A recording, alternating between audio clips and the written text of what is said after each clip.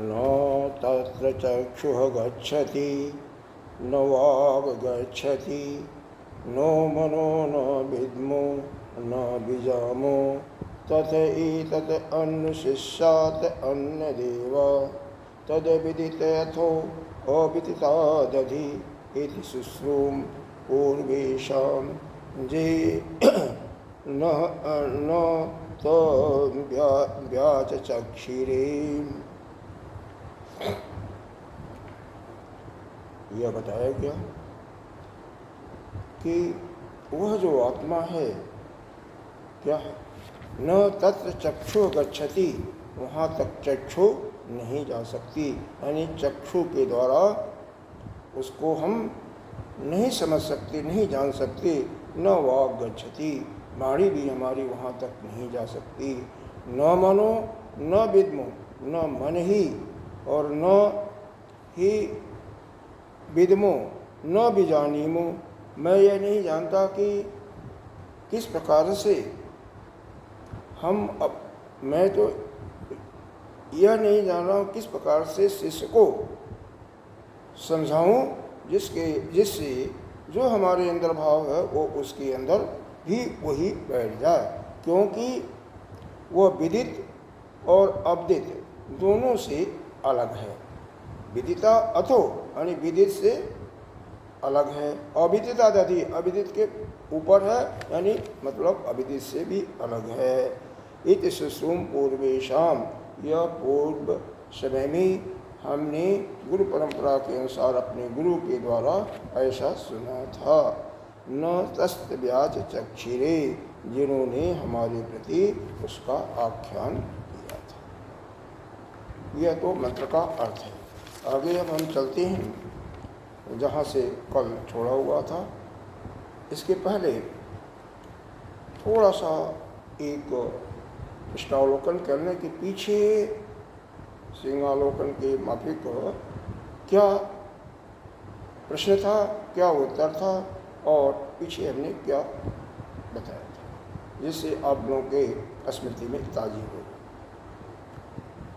पहले मंत्र में यह बताया गया, पूछा 5 प्रश्न पूछे गए, शिष्य ने 5 प्रश्न पूछा कि मन को, प्राण को, चक्षु को, श्रोत को, वाणी को शक्ति देने वाला कौन है, किसके शक्ति से ये अपना काम करते हैं। दूसरे प्रश्न में गुरु ने इसका उत्तर बताया कि वह जो है श्रोत का भी श्रोत है, वाणी का भी वह वाणी है, वह चक्षु का भी चक्षु है, मन का मन है और प्राण का भी प्राण है। यानी वह इनका जो भी आपके शरीर में इंद्रियां हैं, ये तो एक इंद्रिय से एक कर्मेंद्रिय ले लिया, एक ज्ञानेंद्रिय ले लिया और एक अंतःकरण का ले लिया। इसका उद्देश्य केवल इतना ही नहीं है, 5 इंद्रियों को और 5 कर्मेंद्रियों को, 5 ज्ञानेंद्रिय, 5 कर्मेंद्रिय और 4 अंतःकरण, सबको लक्षित किया गया है। और इन सबके द्वारा, चाहे कर्मेंद्रिय लें, ज्ञानेंद्रिय लें, अंतःकरण लें, किसी के द्वारा भी उस आत्मा को आप नहीं जान सकते, वह जाना नहीं जा सकता है, क्योंकि वह तो इनका कारण है। कभी भी कार्य कारण को नहीं जान सकता, यह मुख्य सूत्र है, इसको हमें याद रखना चाहिए। कोई भी वस्तु जो अध्यस्त है वह अपने अधिष्ठान को नहीं जान सकती। तो हमेशा यह जो 2 सूत्र हैं कि अध्यस्त वस्तु अधिष्ठान को नहीं जान सकती और कर्म कारण को नहीं जान सकता। तीसरी बात यह है, जो हमारी इंद्रिय है वह आकाश के किसी न किसी एक तत्व से बनी हुई है। जैसे श्रोत इंद्रिय आकाश से, चक्षु तेज से, त्वक यह बना हुआ है वायु से, इसी प्रकार से वाग इंद्रिय अग्नि से बनी है। हर एक इंद्रियां इस प्रकार से एक ही तत्व से बनी हुई है, एक ही की प्रधानता है, तो वह अपने उसी विषय को जान सकती हैं जिसमें वही आकाश तत्व का विषय है, या तेज का विषय है, या जल का विषय है, या वायु का विषय है। यानी यह जो हमारी चक्षु है, चूँकि यह तेज से बनी है, तेज है, तो यह रूप और नाम रूपात्मक जगत है। यह नाम रूपात्मक जगत को ही देख सकती है, उसमें शब्द को नहीं ये पहचान पाएगी, न तो उसके वो ठोस है कैसा है जो पृथ्वी तत्व का है उसको भी नहीं पहचान पाएगी। उसके लिए तो पृथ्वी तत्व को जानने के लिए तो हमारी वहाँ पर गंध, ये जो घ्राण इंद्रिय है वही बता सकती है। जल तत्व को बताने के लिए रचना इंद्रिय बता सकती है। इस प्रकार से हर एक इंद्रियाँ जिस तत्व की प्रधानता से बनी, जिस तत्व से बनी हुई हैं, उन्हीं तत्व के विषयों को, जो विषय उनसे संबंधित हैं, उन्हीं को ही जान सकती है। बाकी अन्य तत्वों का जो उनके अंदर समावेश है, सम्मिश्रण है, वो दूसरे इंद्रियां ही जान सकती हैं। इस प्रकार से जो किसी वस्तु पर हमारी वृत्ति व्याप्ति होती है, तो प्रत्येक इंद्रिय जो उसका अपना गुण धर्म है उसी को जाकर के बताती है, और वह मन के द्वारा बुद्धि को पहुंच जाता है। लेकिन जो उसका वस्तु विषय नहीं होता है, गुण धर्म नहीं होता, उसको वह नहीं जान सकती। आत्मा चूँकि वह इन पंचमहाभूतों से नहीं बना है, बल्कि यह तो उसके कर्म है, इनका तो वह कारण है। कारण भी, इनका कारण भी बल्कि नहीं, लेकिन अप्रत्यक्ष रूप से परोक्ष रूप से मान सकते हैं, क्योंकि यह सब तो उसके माध्यम के से ही है। इसलिए यह कभी भी उसको नहीं जान सकती, चाहे वह विदित की कैटेगरी में हो, चाहे आपसे अविदित की कैटेगरी में हो। इसी को बताने के लिए बताया गया कि वह आत्मा न, यदि आप मानते हैं कि विदित है इन इंद्रियों के द्वारा या मन के द्वारा, प्राण के द्वारा, तो भी आप नहीं जानते हैं। आगे चल के बताया जाएगा, जद विदितम तद अल्पम मर्त्यम, यानी विनाशी है, थोड़ा है, विनाशी है, और दुखात्मक है, दुख से भरा हुआ है। चेत ही हम, इसलिए उसको त्यागो। खैर, कल यहाँ तक हुआ था, आगे चलते हैं कि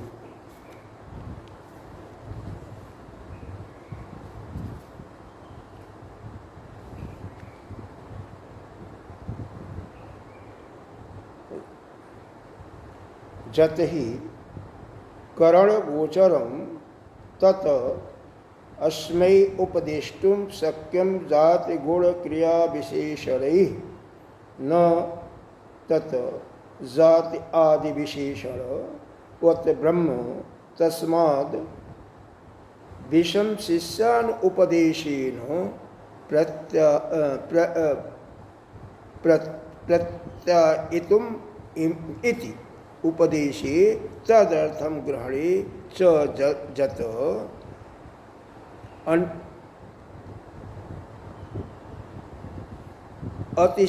अतिशय कर्तव्यताम दर्शयति। यहाँ तक कल हो गया था। इसमें यह बताया गया कि कोई भी वस्तु चार प्रकार से ही जानी जाती है, चाहे वह जाति से, गुण से, कर्म से, या विशेषण से। एक और भी मान लीजिए संबंध। तो जब उस ब्रह्म का न कोई जाति है, न उसका, वो तो किसी का कर्म नहीं है, न तो उसका कुल है, क्योंकि बताया गया है, हमारा आत्मबोध क्या बताता है, निर्गुणो निष्क्रियो नित्यो निर्विकल्पो निरंजन। क्या सुंदर है। निर्विकारो निराकारो नित्य मुक्त निर्मल। तो हमारा आत्मा ऐसा है, न उसमें कोई गुण है, और न तो कोई क्रिया होती है, न कोई संकल्प विकल्प होता है, न कोई विकार है, क्योंकि अवय भी नहीं है, मन भी नहीं है, बुद्धि भी नहीं, कुछ नहीं, तो फिर वो कैसे किसी का कर्म हो सकता? वह तो सबका ही कारण, सबका अधिष्ठान है। जो सबका अधिष्ठान है उसको अध्यस्त वस्तु जो है कैसे जान सकती है? इसलिए वह इन इंद्रियों के द्वारा या मन के द्वारा, अंतःकरण के द्वारा वो कभी भी नहीं जाना जा सकता है। यहाँ पर यह भी बताया कि चूँकि उन विशेषणों से नहीं जाना जा सकता, यहाँ पर थोड़ा सा विपरीत भेद होता है शिष्य के मन में कि हो सकता है, और यह स्वाभाविक होता है कि जब वह जो विदित है और जो अविदित है दोनों से अलग है, दोनों से अन्य है, तो उसे हम कैसे समझ सकते हैं? तो श्रुति माता यहाँ पर कहती हैं कि अतिशय कर्तव्याम दर्शति, यह हमें अत्यंत घोर परिश्रम, घोर मेहनत, ज़्यादा परिश्रम करना पड़ेगा इसको, किसके लिए? उसको जानने के लिए। यहाँ पर यह इसीलिए कहा जाता है, जिससे कहा गया है, जिससे साधक बारंबार चिंतन करे, मनन करे, परिश्रम करे, तो फिर उसकी प्रतिभा और जागृत होगी, और फिर वह जो आगम प्रमाण के माध्यम से, यानी गुरु परंपरा के माध्यम से उसको सुन करके अपने हृदय गुहा में जब अनुभव करेगा अंतःकरण में, तो उसको वह थोड़ी सी उसकी प्रतीति, उसका अनुभव होगा और वह आत्मा के बारे में जान सकता है। लेकिन केवल इन इंद्रिय और मन बुद्धि के आधार पर कभी नहीं जान सकता। आगे देखिए, न विद्मो न विजामो तत एतद अनुशिष्यात्, वह एक प्रकार से न विद्मो, न वह हम जानते हैं, न विजानीमो, न हम यह समझते हैं कि किस प्रकार से शिष्य को समझाएं। यह जो कहा गया है ऊपर, यह जो उपदेश का जो प्रकरण दिया गया, तत् अपवादो अच्युते, उसको एक अपवाद आप समझ लें, क्योंकि यह निषेध की प्रक्रिया जो बताई जा रही है कि वह न तो हम ही जानते हैं, न विद्मो न विजानीमो, न हम यह समझ रहे हैं किस प्रकार से शिष्य को समझाऊं। तो इसका मतलब यह थोड़ा सा विपरीत जो व्याख्यान हो रहा है, तो उसके लिए यह आप समझें कि यह एक अपवाद है। सत्यमेवं प्रत्यक्षात् अभि प्रमाणे न परः प्रत्यायितुं शक्य, इन प्रत्यक्ष प्रमाणों के आधार पर, प्रत्यक्ष प्रमाणों के आधार पर उसको शिष्य के अंदर या किसी के अंदर नहीं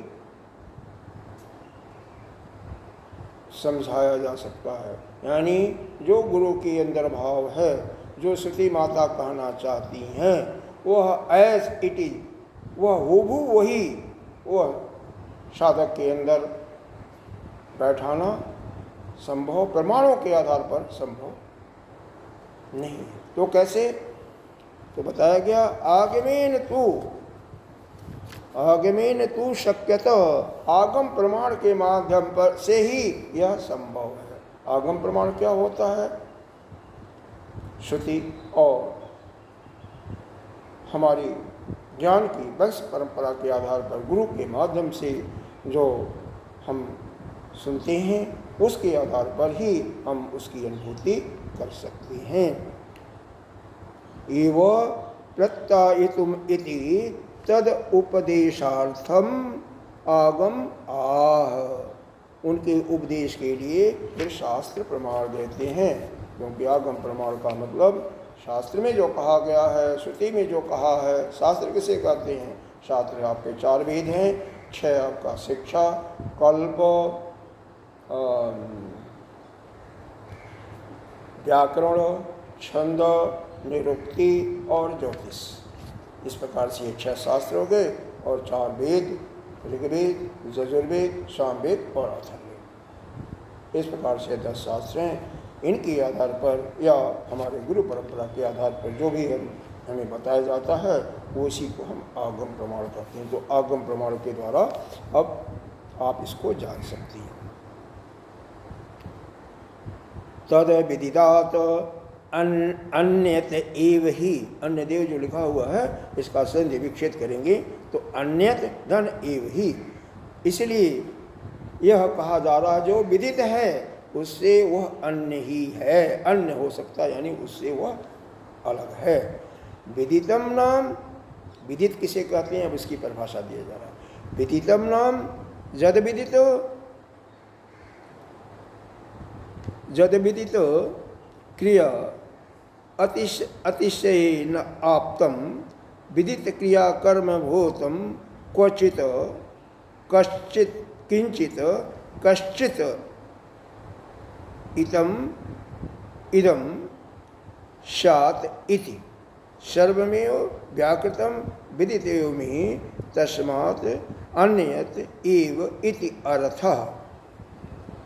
मतलब विदित का तात्पर्य क्या हुआ कि कहीं भी कोई भी कुछ भी, हमारे गुरु परंपरा में वंश परंपरा में कोई कुछ भी जाना अपने अनुभव से, वह सभी विदित की कैटेगरी में ही आती है। इस पूरे ब्रह्मांड में जो भी इन पंच महाभूतों से बना हुआ है और सब कुछ वास्तव में जो आपको प्रतीति हो रही है, जो कि वास्तव में मिथ्या है नहीं है, तो केवल एक ब्रह्म ही, उसको आप नहीं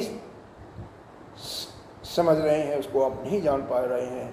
तो यह जो पंच महाभूतों से यह अध्यस्त, इस पर अध्यस्त है, उस ब्रह्म के ऊपर ही यह जो जगत अस्थ है, इसकी समस्त वस्तुएं जो विदित की कैटेगरी में कैसे आती हैं, कैसे कहा जाता है विदित है, अगर हमने नहीं जाना तो कहीं दूसरा कोई जाना होगा। मान लो हमारे भारतवर्ष में नहीं देगा तो अमेरिका में जाना होगा, कोई न कोई कहीं न कहीं और कुछ न कुछ उसको जाना होगा। कोई जो भी जाना, कहीं किसी जगह जाना होगा हमारे अलावा, या अन्य कोई भी किसी जाना होगा, तो सभी विदित ही माना जाता है। इसका अर्थ यह। आगे अविदितम अज्ञातम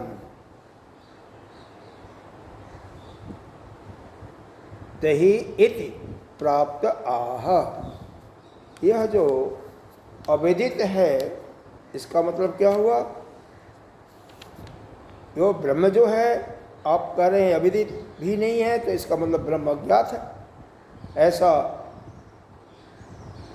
प्राप्त होने पर ऐसा जो हमें अनुभव हो रहा है उस पर यह कहा जा रहा है अथो अपि अविदितात् विदित विपरीत व्याकृत अविद्या लक्षण व्याकृत अव्याकृत बीजात अधि इत उपेर्थी लक्षणया अन्यत इति अर्थ। यह जो कहा गया विदित से भी विपरीत जो व्याकृत हो गया पदार्थों का, वह जो बीजभूत अविद्या रूप है, अज्ञान स्वरूप है, वह अव्याकृत से भी वह अलग है, अधि है। अधि का मतलब ऊपर होता है शाब्दिक अर्थ, लेकिन यहाँ पर इसका अभिप्राय है कि उससे अन्य है। यहाँ पर अधि का अर्थ लेना है कि वह अविदित से भी अलग है, अन्य है।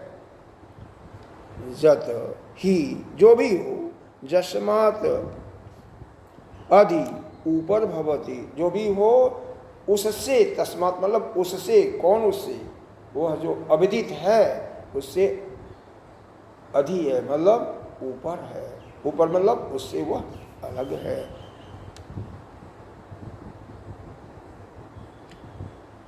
तो कोई भी वस्तु हो गया ना। अब तस्मात् यहाँ पर जस्मात् पा लेता तो जस्मात् मतलब जो भी हो, कोई भी वस्तु हो। तस्मात् अन्य इति प्रसिद्धम, इसीलिए उससे वह अलग है।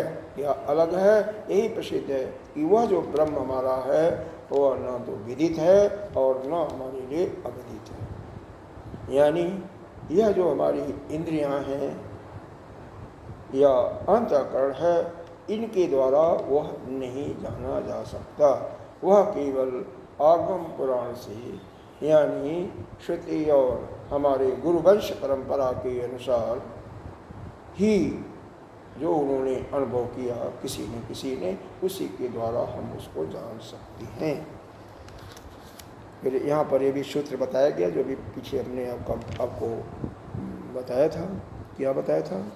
जद विदितम तद अल्पम मरत्यम दुखात्मकम चेतिहेयम। बहुत ही सुंदर है यह जो सूत्र के रूप में, इसको अपने अंदर आपको बैठाना चाहिए। क्या? जद विदितम, जो विदित है, जो भी हम जानते हैं, तद क्या? अल्पम, इसका मतलब आप थोड़ा सा ही जानते हैं, पूरा नहीं जानते हैं। दो प्रकार के गुण होते हैं किसी को जानने के लिए। एक तो आप सभी को मान लीजिए जान रहे हैं कि सामान्य रूप से जान रहे हैं। जैसे कोई आपके अंदर ही ले लें, किसी मान लीजिए फेफड़े को ले लिया आपने, तो फेफड़े को आपने सामान्य रूप से तो जानते हैं कि हमारे हृदय के हमारे इस ये जो धड़ है, धड़ के दाएं तरफ फेफड़ा है और बाएं तरफ हृदय है। बल्कि फेफड़ा तो दोनों तरफ है, दाएं और बाएं दोनों तरफ है। ये सामान्य रूप से जानते हैं। लेकिन अगर उसमें कोई कमी हो गई, कंजेशन हो गया, तो आपको डॉक्टर के पास ही जाना पड़ेगा। और डॉक्टर के माध्यम से, क्योंकि डॉक्टर ही उसको विशेष रूप से जानता है, आप उसको विशेष रूप से नहीं जानते हैं। सामान्य ज्ञान तो आपको है लेकिन विशेष ज्ञान नहीं है। तो जो विशेष ज्ञान जिसको होगा वही जानता है। इसी प्रकार से इस इंद्रियों के माध्यम से या मन के माध्यम से यानी अंतःकरण के माध्यम से हम उस ब्रह्म को यदि कहते हैं जानते हैं, तो नहीं, वह सामान्य रूप से आप जानते हैं कि आपको विशेष ज्ञान नहीं। विशेष ज्ञान तो केवल आगम प्रमाण से ही हो सकता है। क्यों? अब कारण दिया जा रहा है, क्यों नहीं आप जानते हो अच्छी तरह से। उसका कारण यह दिया गया, जद विदितम, जो भी संसार में आप जानते हैं वह है क्या? अल्पम, वह थोड़ा सा जानते हैं। मरत्यम, वह विनाशी है, आज है कल नहीं रहेगा। वह देश काल और वस्तु से परिच्छिन्न ही होगा, अपरिच्छिन्न नहीं होगा। और वह हमारा आत्मा या ब्रह्म, वह तो देश काल वस्तु से अपरिच्छिन्न है। इसलिए आप उसको नहीं जानते। जानते कितना? थोड़ा। वो विनाशी और क्या? दुखात्मकम। इसीलिए जिसने भी ब्रह्म का अनुभव नहीं किया, जो भी ज्ञान प्राप्त नहीं किया, वह क्या होगा? दुखी और सुखी होता रहेगा। क्यों? जो भी विदित ये कैटेगरी में आता है वह दुखात्मक ही होता है, दुख से भरा ही होता है। इसीलिए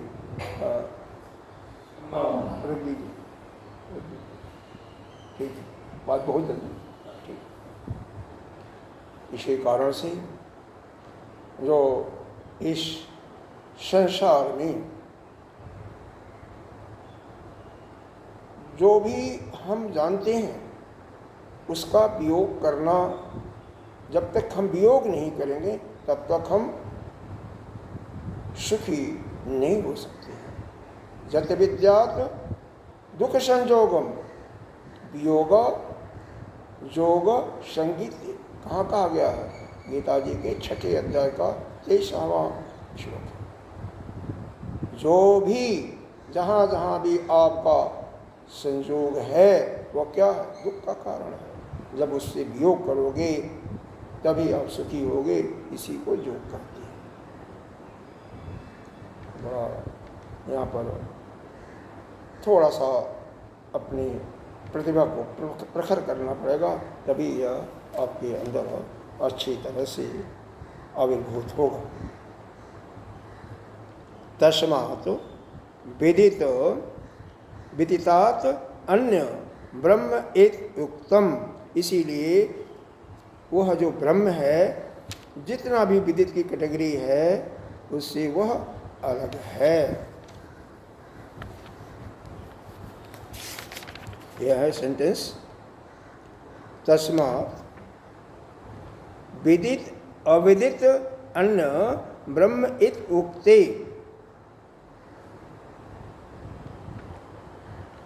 तस्मात् विदित अन्य ब्रह्म इत उक्ते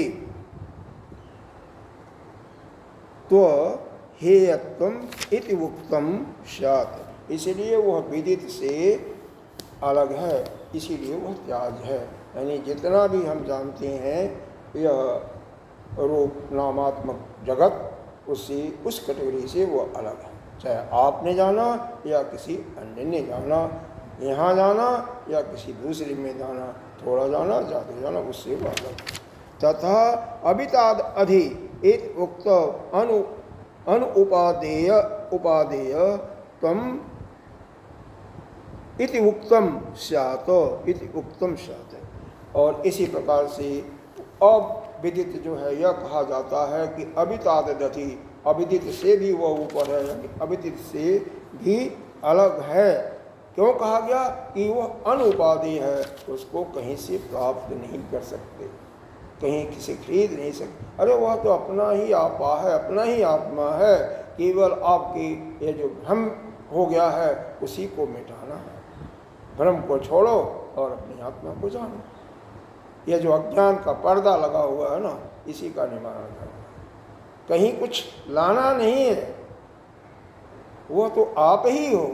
इसीलिए इसको बारंबार यह विदित और अविदित की कैटेगरी को समझाते हुए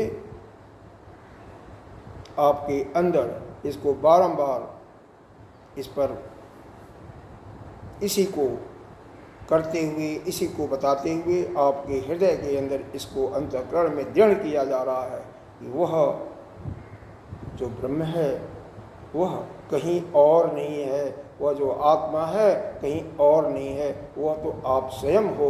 और आप और वह ब्रह्म में कोई अंतर नहीं, दोनों एक ही हैं। इसीलिए न उसको जान सकते।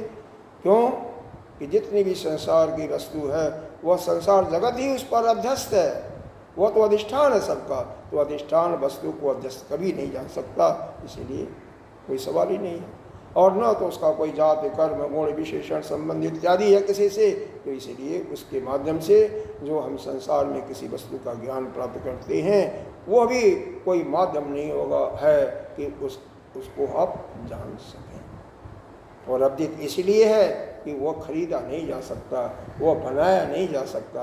अरे भाई वो तो आप स्वयं हो, जो कि भूलवश अज्ञानवश आप अपने को ही नहीं पहचान पाते। इसलिए अपने को जान जाओ, फिर कोई दुख का कारण ही नहीं। और दुख का कारण फिर भी अगर कहीं मालूम होता है दुख, तो जहाँ जहाँ से दुख होता है उसको त्यागो, छोड़ो। और जब तक त्यागोगे ही नहीं तब तक दुखी सुखी होते रहोगे, क्योंकि ये भगवान का वाक्य है। और वह क्या है? 101% सत्य है, कोई झुठला नहीं सकता है। आगे बैठे चलें। कार्यार्थम ही कारणम अन्यत एनो उपादीयते। किसी कोई भी कार्य किसी अन्य के द्वारा, अन्य के माध्यम से अपने कारण को नहीं जान सकता ना, नहीं खरीद सकता। किसी कार्य के लिए हो तो किसी कार्य, यहाँ पर किसी कार्य के लिए बताया गया है कि अन्य उपादेय कार्यार्थम ही कारणम अन्यत एन उपादीयते। कोई भी कार्य किसी कारण के द्वारा या किसी दूसरे कारण के द्वारा ही या दूसरा साधन के द्वारा ही उपादेय किया जाता है, यानी खरीदा जाता है। मतलब किसी न किसी कारण की उसमें जरूरत है, लेकिन उस ब्रह्म के लिए किसी कारण की जरूरत नहीं। वो तो स्वयं सबका कारण है। जो सबका कारण ही है उसको आप कैसे खरीद सकते हो? कैसे जान सकते? इसलिए वो अविदित की कैटेगरी से भी अलग है, उससे भी नहीं जान सकते। आगे इसमें क्या बताया गया? अतस्य न वेदितो अन्यस्मै प्रोजन्यात् औपादेयं भवति इति। इसलिए वह वेत्ता यानी उस आत्मा को किसी भी अन्य तरीके से आप उपादेय नहीं कर सकते हैं या उसको खरीद नहीं सकते हैं, उसको बना नहीं सकते हैं। इसका मतलब यह है, वही बारंबार एक ही चीज़ को दोहराया जा रहा है कि वह जो ब्रह्म है यानी आत्मा है, वह किसी दूसरे कारण के द्वारा नहीं बना सकता, क्योंकि वह तो स्वयं सभी का कारण है। अगली लाइन, एवं विदित अविदिताभ्याम अन्यत इति हेय उपादेय प्रतिवेदेन स्व आत्मनो अन्यत्वाद ब्रह्म विषया जिज्ञासा शिष्यस्य निवर्तिता स्यात्। निवर्तिता का मतलब वह पूर्ण हो गया। क्या? कि वह विदित और अविदित दोनों से वह अपनी आत्मा अलग है, इसलिए वह त्याज्य है। यानी विदित जितना भी है वह त्याज्य है, और जो अविदित है वह अनुपादेय है। यह ऐसा इस प्रकार से यह प्रतिषेध जो कर दिया गया, उस प्रतिषेध का अर्थ क्या हुआ? वह अपनी आत्मा अभिन्न हो गया, विदित और अविदित से अलग हो गया। यह जो शिष्य की जिज्ञासा थी यही थी कि वह विदित और अविदित, यही बोला था ना पहले कि हम थोड़ा हम जानते हैं। बाद में जब वो ध्यान करके आया तो कहता न तो मैं जानता ही हूँ पूरा, और न तो मैं यह कह सकता कि मैं नहीं जानता हूँ। गुरु से ही कहा था। तो यहाँ पर श्रुति माता कहती हैं कि यहाँ पर उसकी ये शंका थी कि वह आत्मा वह विदित और अविदित, न तो विदित है और न अविदित है, उन दोनों से परे है।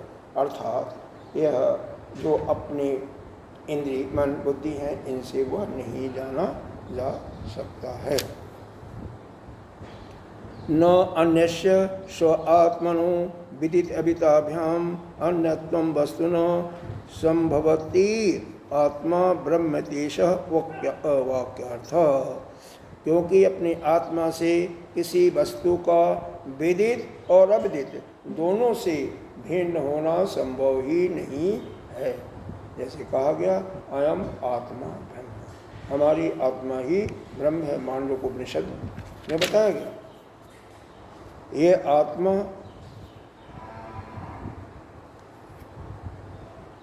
अयम आत्मा ब्रह्म, यह आत्मा पहत पापमा, या छांदोग्य उपनिषद में भी ऐसा बताया गया कि यही आत्मा जो है अपहत पापमा, यानी पाप से भी रहित है।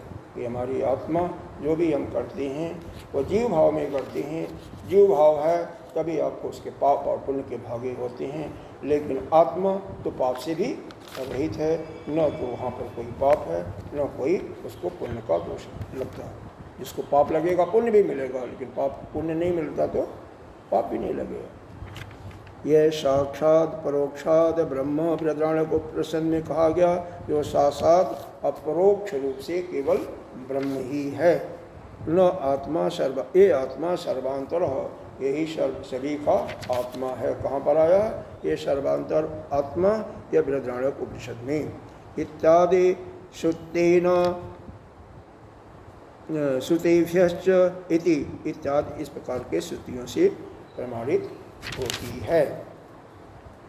एवं सर्वात्मनः सर्वविशेषरहितस्य चिन्हमात्रः ज्योतिषो ब्रह्मत्व प्रतिपादस्य वाक्य अर्थस्य आचार्यों उपदेश परंपरा प्राप्तत्वम् आह। इस प्रकार यह सर्वात्मा सर्वविशेष रहित यह जो चिन्ह मात्र ज्योतिष रूप है वही ब्रह्म है, वही हमारी आत्मा है, ऐसा प्रतिपादन करके इस वाक्य के अर्थ को आचार्य ने शिष्य को समझाया। ऐसा सुश्रेषाम ऐसा समझाया। अब यहाँ पर इसको हम यहीं पर समाप्त करते हैं। आगे का प्रसंग हम कर लेंगे, कल इसको समाप्त हो जाएगा। ओम पूर्णमिदः पूर्णमिदं पूर्णात् पूर्णमुदच्यते।